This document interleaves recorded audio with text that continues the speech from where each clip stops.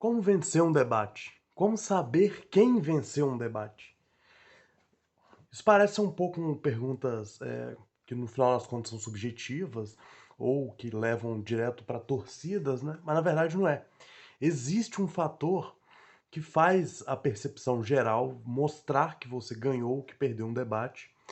E na verdade eu vou comentar sobre debate de forma geral, por causa principalmente do debate do Nicolas Ferreira com Nando Moura no podcast do Inteligência Limitada, tá? Se você não viu o debate deles, eu vou indicar para você continuar não vendo, tá? Porque é um debate pouquíssimo produtivo e que no final das contas assim, só vai perder seu tempo vendo duas crianças brigando. E essa, na verdade, é uma dos primeiros pontos que eu quero falar sobre debate. Para mim, a maior dificuldade de um debate é você identificar que tipo de debate você está tendo. Existem basicamente dois tipos de debate, tá? Um que vale a pena e o que não vale a pena. Quando você está num debate que vale a pena debater, quer dizer que ou o seu interlocutor, ou seja, a pessoa que está debatendo, ou o público que está ouvindo, está disposto a pensar no que, que as duas pessoas estão falando, tá? Ou seja, os dois debatedores, normalmente um debate entre duas pessoas, né? Os dois debatedores, eles devem estar importando e também com o que o outro está falando, e também eles têm que verificar que o adversário ali na hora do debate, ele é uma pessoa justa, íntegra, né? Tá querendo falar que ele quer chegar a uma conclusão verdadeira e não só debater por debater. Mas o que eu quero falar de verdade é sobre o debate que ele é desnecessário. Porque a maior parte dos debates que a gente tem na internet, na vida, no bar, eles são desnecessários, né?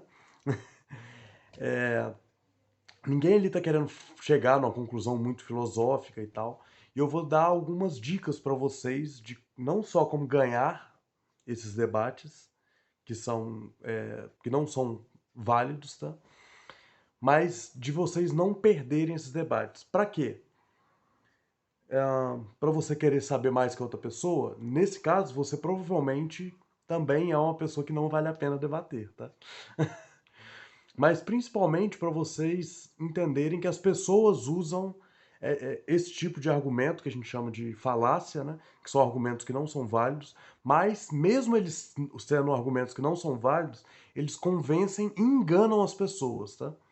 Então é importante a gente conhecer para chegar, no final das contas, à verdade da forma certa, etc. E bom, a primeira coisa num debate que não é genuíno, tá? Que acontece é você simplesmente tentar diminuir a pessoa que está debatendo com você. E como que a gente faz isso? Ué, isso é tranquilo, isso é fácil. Você começa a falar sobre várias coisas irrelevantes ao assunto, não tem nada a ver com o tema, e, e você vai tirando a credibilidade da pessoa por ela não saber essas coisas.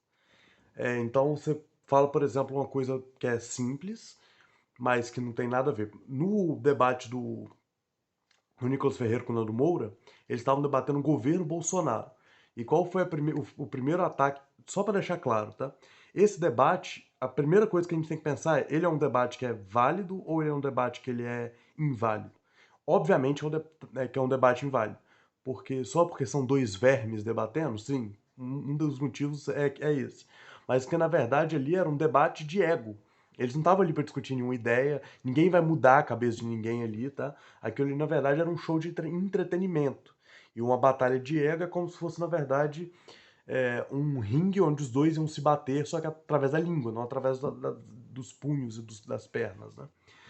Então, por isso que aquilo ali existiu, tá? Então, como é um debate desonesto, né? As regras do debate, elas também são as regras de um debate desonesto. E quando você está num debate desonesto, você tem que ou parar de debater, se você estiver sendo honesto, ou você também deve ser desonesto num debate. Então, quais são as armas, nesse caso, que eles utilizaram, né? O tema era o governo Bolsonaro, e o primeiro argumento do Nando Moura foi que o Nicolas Ferreira usou dinheiro público, e o primeiro argumento do Nicolas Ferreira usou contra o Nando Moura é que ele era travequeiro, que ele transava com travestis. E o que isso tem a ver com o governo Bolsonaro? Nada, nada, nada. Mas esse tipo de coisa, ele está querendo assim, descredibilizar mesmo o interlocutor, que a partir dessas coisas, dentro daquela moralidade cristã ali, conservadora, ou como eu chamo, daquela falsa moralidade, uma moralidade que, na verdade, é o que fode os moralistas, são os falsos moralistas, que os dois são.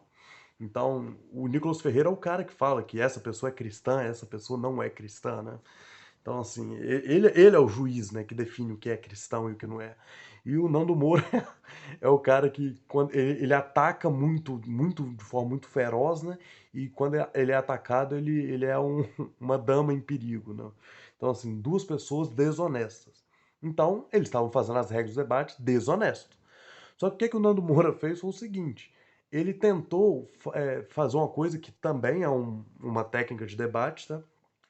Que é o apelo à humildade. Ele tentou mostrar ser o calmo, o que não interrompe, o humilde. E isso funciona, tá? Quando uma pessoa está sendo muito estúpida com você e você simplesmente é humilde com ela, a humildade às vezes ela ataca a pessoa e constrange ela, tá? Eu lembro de muitas vezes que eu estava debatendo conversando, né, com amigos e tal, e aí o debate começa a esquentar, eu chego e falo assim: ei, você não tá falando com ninguém, tá discutindo na internet, não, você tá falando comigo, filho, relaxa. E a pessoa, tipo assim, nesse momento que ela tá mais acalorada, assim, dá uma quebra nela, né? Então, assim, isso é importante também quando você tá num debate honesto, tá? Porque às vezes no próprio debate honesto o clima esquenta. E quando você esfria o clima, é bom porque você tá colocando ali o debate nas suas mãos. E isso funciona em qualquer tipo de discussão, tá? Você ter o controle da discussão dá mais chances de você vencer a discussão. E isso eu não estou nem entrando no mérito de você estar certo ou de estar errado, ou de você saber argumentar ou de você não saber argumentar. Simplesmente ter o controle da situação normalmente vai fazer com que você se saia melhor em qualquer tipo de discussão, tá? E a última coisa que eu devo falar é o seguinte: num debate desonesto, as pessoas apelam muito pro pessoal. Isso é uma coisa que eu vou falar. Nunca façam isso. Porque apelar pro pessoal, quando apelam, por exemplo, para me atacar, eu nunca ataco de volta a pessoa a outra pessoa, tá? Porque eu acho que isso foge do que é a minha ética pessoal mesmo, tá? Isso eu já acho que é uma coisa errada. Você trazer coisas do pessoal, e não se enganem não, tá? Muitas vezes fazem isso comigo e eu nunca faço isso com eles. Nunca. Porque isso aí, quando chega aí, pra mim já deixa de ser desonesto, passa a ser errado. Aí nesse ponto, daí pra frente já não chego mais, tá?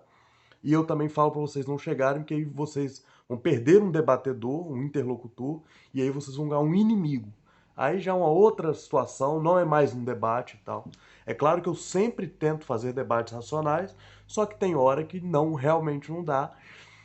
Principalmente debatendo com o Bolsominion, os bolsominions eles não são razoáveis. Todo debate que eu já tive com o Bolsominion é um debate irracional e, portanto, um debate também desonesto, tá?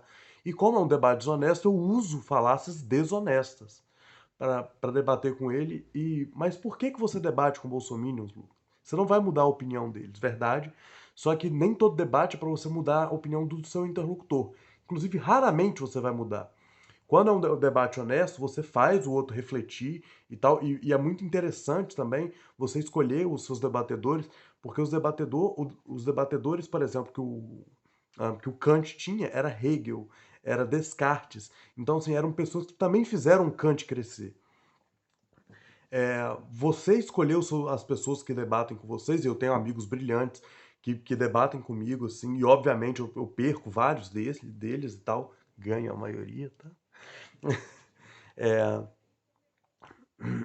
E o que faz esse debate, inclusive. Só terminar. Escolher os seus debatedores, porque quando você só escolhe debatedores desonestos, você também se torna uma pessoa desonesta, tá? Não uma pessoa desonesta, um debatedor desonesto, porque você vai sempre ter debates honestos. É importante ser os dois, tá? Nesse debate desonesto, a principal questão é você, o seu principal alvo é o público. Então, se o seu objetivo ahn, seu objetivo, por exemplo, é ridicularizar o debatedor oponente, você tem que ridicularizar ele ao público que você está falando. Você chamar uma pessoa de travequeira não é uma ofensa, mas como o público Nicolas e Nando é um público que é cristão, para esse público, e chamar de travequeiro é uma ofensa. Então, ou seja, dentro do debate desonesto, o Nicolas fez uma coisa é, que faz acreditarem que ele ganhou, porque ele foi mais ousado e tal. E nesses debates, quanto mais ousado você for, quanto mais você passar da linha, mais você tem chance de ganhar. Por isso que eu sempre falo para vocês evitar esse tipo de debate, tá? E comigo também. Porque vai acabar passando de várias linhas e às vezes até linhas legais, tá? Então é bem normal acontecerem processos nessas questões.